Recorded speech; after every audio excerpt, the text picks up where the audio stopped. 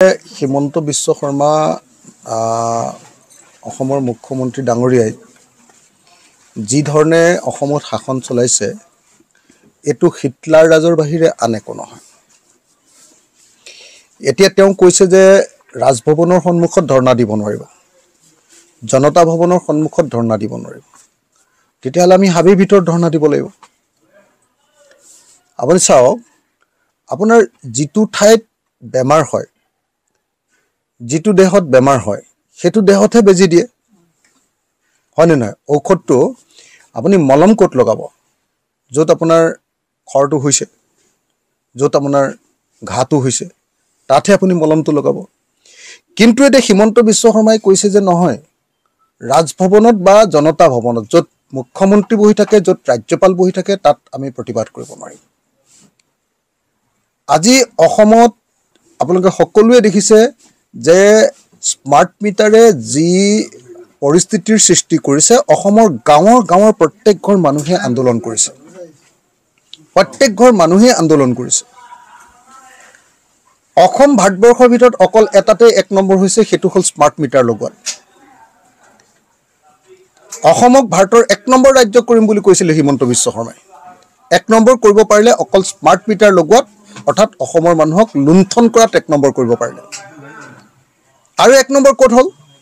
1 number হ'ল শিশুৰ মৃত্যুৰ হাৰত, ইনফেণ্ট মৰ্টেলিটি ৰেট, বাচ্চা জন্ম হওঁতে বাচ্চাটো মৃত্যুৰ হাৰত 1 নম্বৰ ভাৰতৰ ভিতৰত। মেটাৰনেল মৰ্টেলিটি ৰেট, অৰ্থাৎ প্ৰসূতি মৃত্যুৰ হাৰত অসম ভাৰতবৰ্ষৰ ভিতৰত 3 নম্বৰ।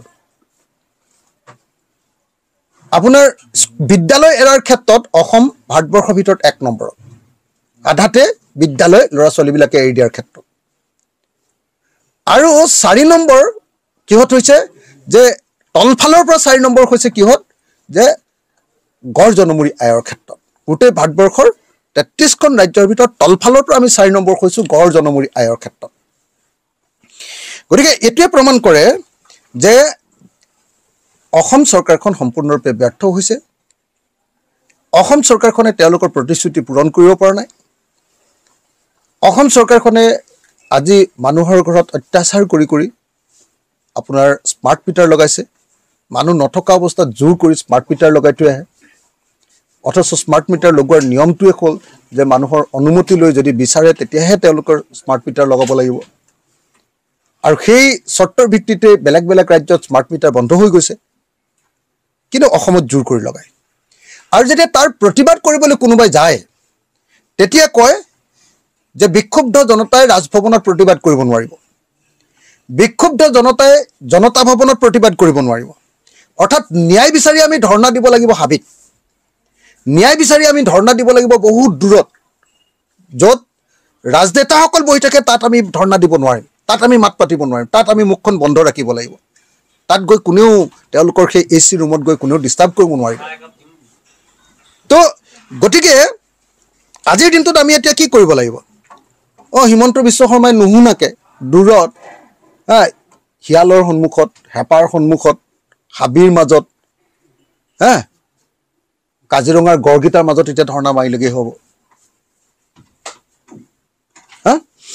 গতিকে আমি ৰাইজৰ মাজত আছোঁ, ৰাইজৰ মাজত থাকিম, ৰাইজৰ সন্মুখত ধৰ্ণা দিম, মুখ্যমন্ত্ৰীৰ সন্মুখত ধৰ্ণা দিম, আছাম এছেম্বলিত, অসম জনতা ভৱনত ধৰ্ণা দিম, আমি ৰাজভৱনত ধৰ্ণা দিম। এইটোৰ পৰা আমাক কোনেও বিৰত কৰিব নোৱাৰে। কোন হিমন্ত বিশ্ব শৰ্মা যে আমাৰ অসমৰ মানুহক ধৰ্ণা দিয়াৰ পৰা, প্ৰতিবাদ কৰাৰ পৰা এনেকৈ বিৰত কৰিব কৈছে? আজিৰ দিনটোত কংগ্ৰেছ দলৰ ইউথ কংগ্ৰেছৰ অল ইণ্ডিয়াৰ সভাপতিজনক যিধৰণে নজৰবন্দী কৰিছে, এইটো এটা নজিৰবিহীন ঘটনা। প্ৰতিবাদ কৰিবলৈকে পোৱা নাই, হোটেলতে গৈ তেওঁক নজৰবন্দী কৰিছে। এইটো এটা নজিৰবিহীন ঘটনা। এনেকুৱা ঘটনা অসমৰ ইতিহাসত হোৱা নাছিলে। হিটলাৰৰ দিনত এনেকুৱা ঘটনা ঘটিছে, আৰু হিমন্ত বিশ্ব শৰ্মাৰ দিনত অসমত এনেকুৱা ঘটনা ঘটিছে। আজি কংগ্ৰেছ দলে গোটেই অসমতে, গোটেই ভাৰতবৰ্ষতে প্ৰতিবাদ কৰিলে, মানুহ মাৰিলে অকল অসমত আৰু উত্তৰ প্ৰদেশত। কেনেকুৱা এটা দুৰ্ভাগ্যজনক ঘটনা চাওক। হিমন্ত বিশ্ব শৰ্মাৰ হিটলাৰী ৰাজলৈ চাওকচোন আপোনালোকে, এইটো দুৰ্ভাগ্যজনক ঘটনা। আজি আদানীক গোটেই দেশখন দি দিছে, আদানীক স্মাৰ্ট মিটাৰ দি দিছে, আদানীক আমাৰ এয়াৰপৰ্টটো দি দিলে, বৰঝাৰ এয়াৰপৰ্টটো দি দিলে আদানীক দেশৰ গোটেই জাহাজ ঘাটবিলাক দি দিছে, আদানীক আপোনাৰ গোটেই দেশৰ কয়লাবিলাক দি দিছে, আদানীক লগত লৈ গৈ অষ্ট্ৰেলিয়াত গৈ নৰেন্দ্ৰ মোদীয়ে আদানীক কয়লা খাট দি দিছেগৈ চাৰিওফালে কেৱল আদানী আদানী আদানী আদানী আৰু আম্বানী আম্বানী আৰু আদানী আম্বানী আৰু আদানী তাৰ বিৰুদ্ধে যেতিয়া প্ৰতিবাদ কৰে তেতিয়া আকৌ কি হয় আজি দেখিছোঁ যে আপোনাৰ সংসদ ভৱনৰ সন্মুখত প্ৰতিবাদ বন্ধ কৰিছে সংসদ ভৱনৰ সন্মুখততো প্ৰতিবাদ হ'বই ভাই সাংসদসকলে যদি সংসদ ভৱনৰ সন্মুখত যদি প্ৰতিবাদ কৰিব নোৱাৰে আৰু প্ৰতিবাদ কৰা মানুহক যদি শাসক দলে যদি প্ৰতিবাদ কৰা মানুহক যদি বাধা দিবলৈ যায় তেতিয়াহ'লেতো সেইটোতো সংঘাতটো চৰকাৰে তৈয়াৰ কৰিছে আৰু চৰকাৰে তৈয়াৰ কৰি সংঘাতটো তাৰপিছত কৈছে যে সেই এলেকাতে আৰু প্ৰতিবাদ কৰিব নোৱাৰিব এইটো কেনেকুৱা ঘটনা কথা আজি ৰাজভৱনত প্ৰতিবাদ কৰিবলৈ যাওঁতে কংগ্ৰেছ দলেতো মাৰপিট কৰা নাই মাৰপিট কৰিছে পুলিচে কন্দুৱা গেছ দিছে পুলিচে তাৰপিছত আকৌ ৰাজভৱনত প্ৰতিবাদ কৰিব নোৱাৰিব এইটো আকৌ আইন উলিয়াইছে আকৌ অসম চৰকাৰে এইটো কেনেকুৱা কথা গতিকে এই হিটলাৰ ৰাজ বন্ধ হ'ব লাগিব আমি কেতিয়াও মানি নলওঁ হিমন্ত ৰাজ এনেকুৱা ধৰণৰ উপদ্ৰৱ হিমন্ত ৰাজ আমি কেতিয়াও মানি নলওঁ হিমন্ত বিশ্ব শৰ্মাই যদি ভাবিছে যে অসমত কেৱল তেওঁৱে আছে এইটো তেওঁ মূৰ্খৰ স্বৰ্গত বাস কৰিছে আমি তেখেতক সকীয়াই দিছোঁ যে অসমৰ প্ৰতিবাদী সংগ্ৰামৰ ওপৰত যাতে তেখেতে আক্ৰমণ নকৰে তাৰ কাৰণে হিমন্ত বিশ্ব শৰ্মাক সকীয়াই দিছোঁ আৰু এই কাম নকৰিবৰ কাৰণে এনেকুৱা অগণতান্ত্ৰিক স্বেচ্ছাচাৰী হিটলাৰী ৰাজ নঘটাবৰ কাৰণে আমি হিমন্ত বিশ্ব শৰ্মাক সকীয়াই দিছোঁ গুজৰাটত যেতিয়া আদানীৰ গৃহভূমি নৰেন্দ্ৰ মোদীৰ গৃহভূমি আম্বানীৰ গৃহভূমি গুজৰাটত যেতিয়া স্মাৰ্ট মিটাৰ লগাবলৈ গৈছিলে মানুহে তাত প্ৰতিবাদ কৰিলে যিকেইঘৰ মানুহৰ ঘৰত স্মাৰ্ট মিটাৰ লগাইছিলে স্মাৰ্ট মিটাৰবিলাক খুলি দিলে স্মাৰ্ট মিটাৰবিলাক খুলি দিলে কিন্তু কোনো মানুহৰ ওপৰত তাত কেছ দিয়া নাই আমাৰ ইয়াত যিবিলাকে স্মাৰ্ট মিটাৰকেইটা খুলি দিছে তেওঁলোকৰ ওপৰত কেছ লগাইছে লাহেকৈ তাতে এটা নিয়ম আছে কেন্দ্ৰীয় চৰকাৰে অৰ্ডাৰ দি থৈছে নটিফিকেশ্যন জাৰি কৰি থৈছে যদি কোনোবাই ইচ্ছামতে স্মাৰ্ট মিটাৰ লগাব খোজে লগাব পাৰিব কোনোবাই যদি লগাব নোখোজে তেতিয়াহ'লে নালাগে এতিয়া অসমৰ মানুহে কৈছে যে আমাক স্মাৰ্ট মিটাৰ নালাগে প্ৰতিবাদ কৰা মানুহৰ ওপৰতে কেছ দিছে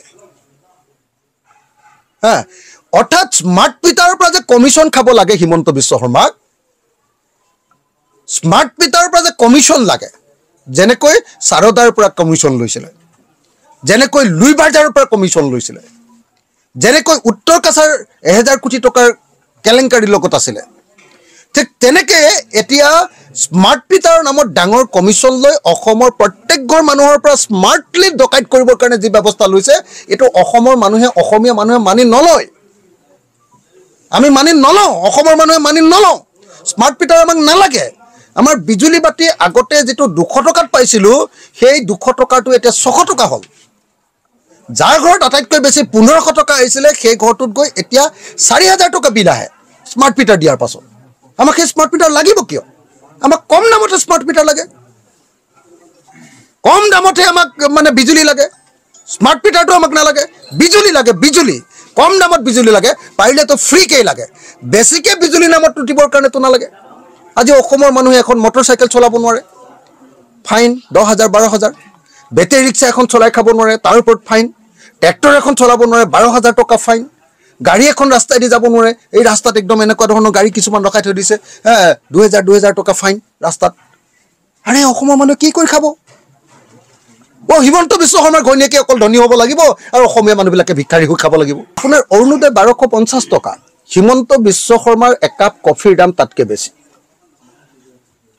মই হেকাৰণে কৈছো যে অৰুণোদয় 1250 টকা নহয় মিনিমাম 3000 টকা কৰক আৰু অৰুণোদয়ৰ নামত এতিয়া যি মতে মহিলাসকলক লুণ্ঠন কৰিছে মহিলাসকলক যেনেকৈ ধৰণে শোষণ কৰিছে মহিলাসকলক যেনেকৈ ব্ল্যাকমেইল কৰিছে এটো বন্ধ কৰক অসমৰ প্ৰত্যেক গৰাকী মহিলাক অৰুণোদয় দি দিয়ক আগতে থকা অৰুণোদয়বিলাক কাটি দিব নালাগে আকৌ নতুনকৈ যে এপ্লাই কৰিবলৈ দিছে চাকৰি থকা মানুহে আকৌ ইন্টাৰভিউ দিয়ে নেকি কৰবাত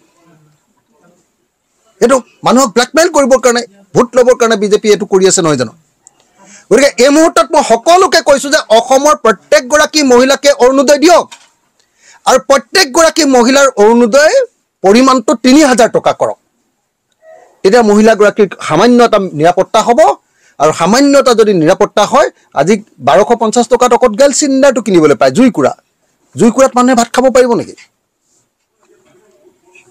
প্ৰত্যেক দিনাই গেছৰ দাম বঢ়াই আছে গতিকে মই এই মুহূৰ্তত অতি স্পষ্টকে দাবী উত্থাপন কৰিছো স্পষ্ট যে অৰুণোদয় প্ৰত্যেকগৰাকী অসমৰ মহিলাক অৰুণোদয় দিয়া হওক আৰু প্ৰত্যেকগৰাকী অসমৰ মহিলাক অৰুণোদয় দি সেই অৰুণোদয়ৰ পৰিমাণটো ৩,০০০ টকালৈ বৃদ্ধি কৰা হওক।